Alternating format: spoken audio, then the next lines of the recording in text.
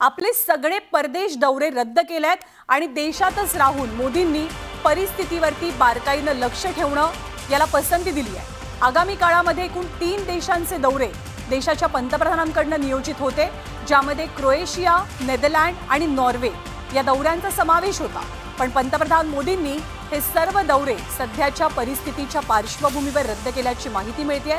देशात राहूनच ते परिस्थितीवरती लक्ष केंद्रित करणार आहेत। जेव्हा हे ऑपरेशन भारताचं सैन्य दल पार पाडत होतं तेव्हा पंतप्रधान मोदींची या ऑपरेशनवरती बारीक नजर होती, ते लक्ष ठेवून होते अशी सुद्धा माहिती मिळते।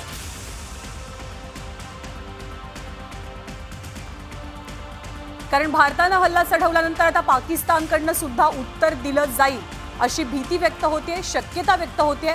त्या सगळ्या परिस्थितीच्या पार्श्वभूमीवर देशाच्या पंतप्रधानांनी आपले परदेश दौरे आगामी 3 परदेश दौरे नॉर्वे, क्रोएशिया हे रद्द केल्याची माहिती मिळते। आणि काही वेळापूर्वीच देशाच्या सैन्य दलाने एक पत्रकार परिषद घेतली आणि या हल्ल्याची माहिती दिली। 25 मिनिटात, अवघ्या 25 मिनिटात म्हणजे अर्ध्या तासाच्या आतच भारतानं ऑपरेशन सिंदूर फते केलं। 9 टार्गेट निश्चित झालेली होती आणि दहशतवाद्यांच्या सगळ्या तळांची धूळधाण भारताच्या ऑपरेशन सिंदूरमध्ये झाली आहे। भारतानं अतिशय सुनियोजितपणे या 9 दहशतवादी तळांना टार्गेट केलेलं होतं। गेल्या काही दशकांपासून याच तळांवरनं भारतात सातत्यानं दहशतवादी हल्ले केले जात होते आणि त्यांचं कारस्थान रचलं जात होतं। याच तळांवरती दहशतवाद्यांना प्रशिक्षण दिलं जायचं। याच तळांवरनं भारतामध्ये घुसखोरी करून दहशतवादी हल्ले हे पूर्णत्वास आणले जायचे। मध्यरात्री 1:05 हे ऑपरेशन सुरू झालं आणि हेच ऑपरेशन रात्री 1:30 संपलं। या हल्ल्यामध्ये राफेल लढाऊ विमानांचा वापर केला गेलेला होता। या हल्ल्यामध्ये राफेल विमानांमधनं स्काल्प मिसाईल डागण्यात आलेलं होतं। सातत्यानं चर्चा सुरू होती की भारत कशा पद्धतीनं उत्तर देणार आणि कोणत्या मिसाईल्सचा वापर करणार। जेव्हा भारतीय सैन्य दलानं पत्रकार परिषद घेतली तेव्हा त्यांनी याची माहिती दिली की नेमका कुठे हल्ला झाला, हे टार्गेट होतं। ही जी येलो लाईन तुम्हा सर्वांना दिसतेय हे टार्गेट होतं। सगळ्यात मोठं चॅलेंज काय होतं तर अर्थातच इथे दाट नागरी वस्ती सुद्धा आहे, पण ठरवलेलं टार्गेट निश्चित करून तिथेच क्षेपणास्त्र डागणं आणि दहशतवाद्यांना मुळापासून संपवणं हे भारताचं सर्वात मोठं टार्गेट आता यशस्वी झालेलं आहे। अतिशय अचूकपणे किंवा जेव्हा अशा कारवाया केल्या जातात तेव्हा अर्थातच कोणत्याही सिव्हिलियनवरती हल्ला होणार नाही, कोणत्याही नागरिकाचा मृत्यू होणार नाही याची कारवाई घ्यावी लागते, याची खबरदारी घ्यावी लागते। ही कारवाई करताना तीच खबरदारी भारतानं केल्याचं पाहायला मिळतंय। ही भारताची बॉर्डर आहे जी आपण काही वेळापूर्वी पाहिली आणि भारतानं कोणत्याही आंतरराष्ट्रीय नॉर्म्सचं, कोणत्याही आंतरराष्ट्रीय नियमांचं उल्लंघन न करता आपल्या सीमारेषेमध्ये राहून आंतरराष्ट्रीय सीमा न ओलांडता हा हल्ला केल्याचं सांगितलं जात आहे। आणि सैन्य दलानं जी पत्रकार परिषद घेतली त्याच्यामध्ये पाक ऑक्युपाईड काश्मीर आणि पाकिस्तान दोनही ठिकाणी जाऊन हे हल्ले नेमके 9 ठिकाणी कसे करण्यात आले त्याची माहिती दिली आहे। प्रचंड मोठं नुकसान झालंय। जे भारतीय सैन्य दलाचे अधिकारी आपल्याशी संवाद साधतायत त्यांनी असंही सांगितलं की हा आकडा हा काही शेंमध्ये असू शकतो। 200 ते 250 दहशतवादी या संपूर्ण हल्ल्यामध्ये ठार झाल्याची शक्यता त्यांच्याकडनं व्यक्त केली जाते। भारतासाठी सगळ्यात मोठी आणि सगळ्यात महत्त्वाची माहिती म्हणजे मसूद अझहर जो भारताचा सर्वात मोठा शत्रू मानला जातो, त्याच मसूद अझहरच्या संपूर्ण कुटुंबाचा खात्मा, त्याची मोठी बहीण, त्याचं कुटुंब या सर्वांचा खात्मा भारतानं राबवलेल्या ऑपरेशन सिंदूरमध्ये झाल्याची माहिती दिली जाते। तर हाच तो नकाशा आहे, हेच भारताचं टार्गेट होतं।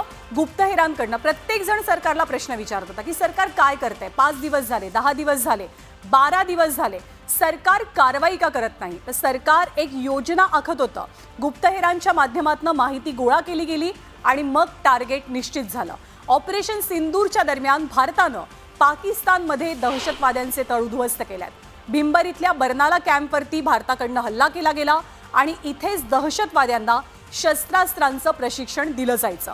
भारतानं ज्या ज्या ठिकाणांवरती कारवाई केली आहे ती सगळी ठिकाणं अतिशय महत्त्वाची मानली जात आहेत, कारण दहशतवाद्यांना प्रशिक्षण देणं, त्यांना शस्त्रसज्ज करणं, भारताविरोधात त्यांची माथी भडकावणं आणि दहशतवादी हल्ले घडवून आणणं, त्यांना पैसा पुरवणं, त्यांना पोचणं हे सगळं काही याच प्रशिक्षण तळांवरती होत होतं आणि भारतानं याच प्रशिक्षण तळांना, याच अड्ड्यांना टार्गेट केलंय।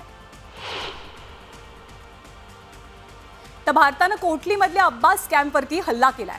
हा कॅम्प नियंत्रण रेषेपासून साधारणतः 13 किलोमीटर दूर अंतरावरती आहे आणि हा कॅम्प का महत्त्वाचा होता? कारण अर्थातच दहशतवाद्यांचा कॅम्प होता, तिथे दहशतवाद्यांना प्रशिक्षण दिलं जायचं, त्यामुळे भारताच्या टार्गेटमध्ये कोटलीचा सुद्धा समावेश होता. तर पाकिस्तानातल्या सियालकोटच्या सरलस कॅम्पवरती सुद्धा भारतानं हल्ला चढवलाय. मार्च 2025 साली जो जवानांवरती हल्ला झाला होता, तो हल्ला करणाऱ्या दहशतवाद्यांना याच सर्जलमध्ये प्रशिक्षण दिलं गेलेलं होतं आणि म्हणून सर्जल कॅम्प हे सुद्धा भारतानं आपलं एक महत्त्वाचं टार्गेट ठेवलेलं होतं आणि यशस्वीपणे हे ऑपरेशन फते केलं. तर सियालकोटमधील हिजबुलच्या महमुना जाया कॅम्पवरती सुद्धा भारतानं हल्ला केलाय.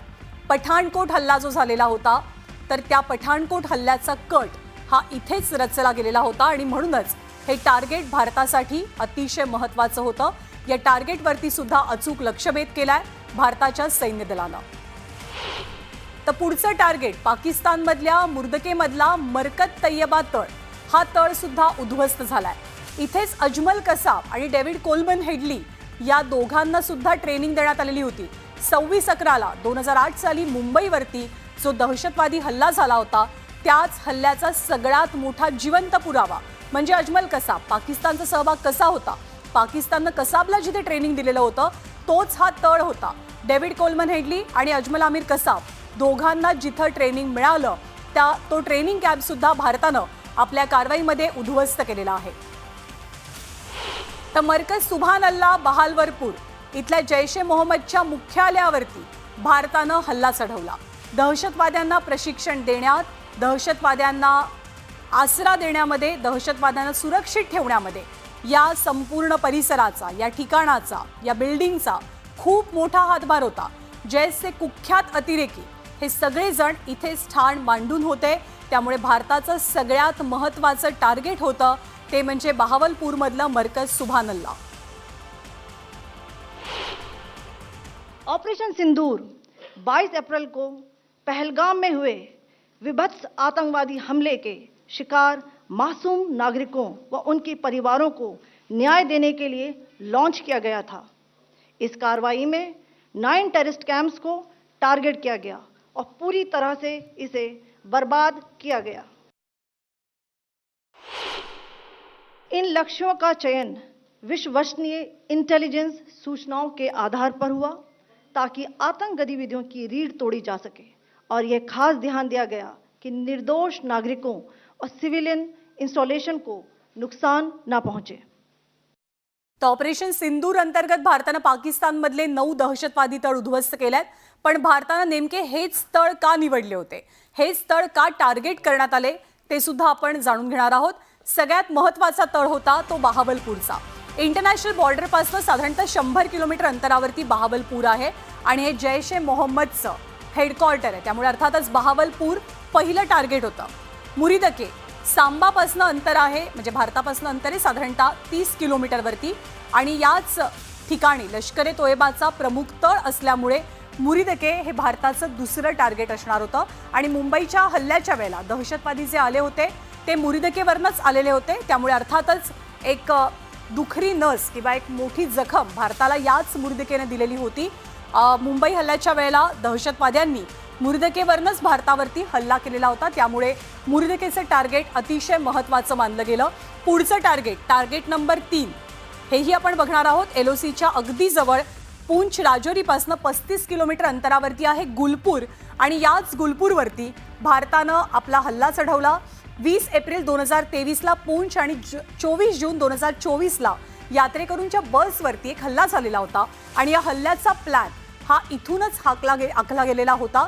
पुढचं महत्त्वाचं टार्गेट क्रमांक 4 हे सवाई POKच्या तंगधार सेक्टरच्या आत साधारणतः 30 किलोमीटर अंतरावरती सवाई आहे, जिथे दहशतवाद्यांचा कॅम्प होता आणि याच दहशतवाद्यांचा कॅम्प आता भारतानं उद्ध्वस्त केलेला आहे. ऑक्टोबर 2024ला गांदरबल, 24 ऑक्टोबर 2024ला गुलमर्ग, 22 एप्रिल 2025मध्ये पहलगाममध्ये जो हल्ला झाला त्या हल्ल्याचा संपूर्ण प्लॅन याच सवाईमधनं किंवा याच दहशतवादी तळावरनं शिजलेला होता आणि अंमलात आणला गेला. त्यामुळे हे टार्गेट भारतासाठी खूप महत्त्वाचं बनलेलं होतं. पुढचं टार्गेट बिलाल हे जैश ए मोहम्मदचं लॉन्च पॅड आहे. त्यामुळे हे लॉन्च पॅड उद्ध्वस्त करून जैश ए मोहम्मदचं कंबरडं मोडणं हे देशासाठी अतिशय महत्त्वाचं होतं. त्यामुळे बिलालची सुद्धा निवड केली गेली. क्रमांक 6 नंबरचं टार्गेट कुठलं होतं तर कोटलीचं. राजौरीच्या जवळ LOC पासून 15 किलोमीटर अंतरावरती लष्कर ए तोयबाचा तळ आहे आणि इथे 50 पेक्षा अधिक दहशतवादी दबा धरून बसलेले आश्रयाला होते. त्यामुळे त्या दहशतवाद्यांचाही खात्मा केलेला आहे आणि कोटलीवरती सुद्धा भारतानं हल्ला चढवलेला आहे. त्याच्या पुढचं टार्गेट होतं बर्नाला.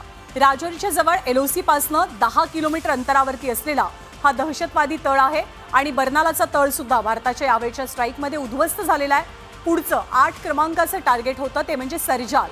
सांबा आणि कठुआच्या इंटरनॅशनल सीमेपासून साधारणतः 8 किलोमीटर अंतरावरती जैश ए मोहम्मदचा हा आणखी एक तळ होता जो भारतानं पूर्णतः उद्ध्वस्त करून टाकलाय. तर क्रमांक 9चं टार्गेट कोणतं होतं? महमुना. सियालकोटपासून इंटरनॅशनल सीमेपासून 15 किलोमीटर अंतरावरती हिजबुल्लाचं हे ट्रेनिंग सेंटर आहे. इथे दहशतवाद्यांना ट्रेन केलं जायचं, भारताविरोधात भडकावलं जायचं आणि हल्ले चढवले जायचे. त्यामुळे महमुनावरती हल्ला करणं हे सुद्धा अतिशय महत्त्वाचं मानलं जात होतं आणि भारतानं हे सगळं काही साध्य करून दाखवलेलं आहे. पण पाकिस्तान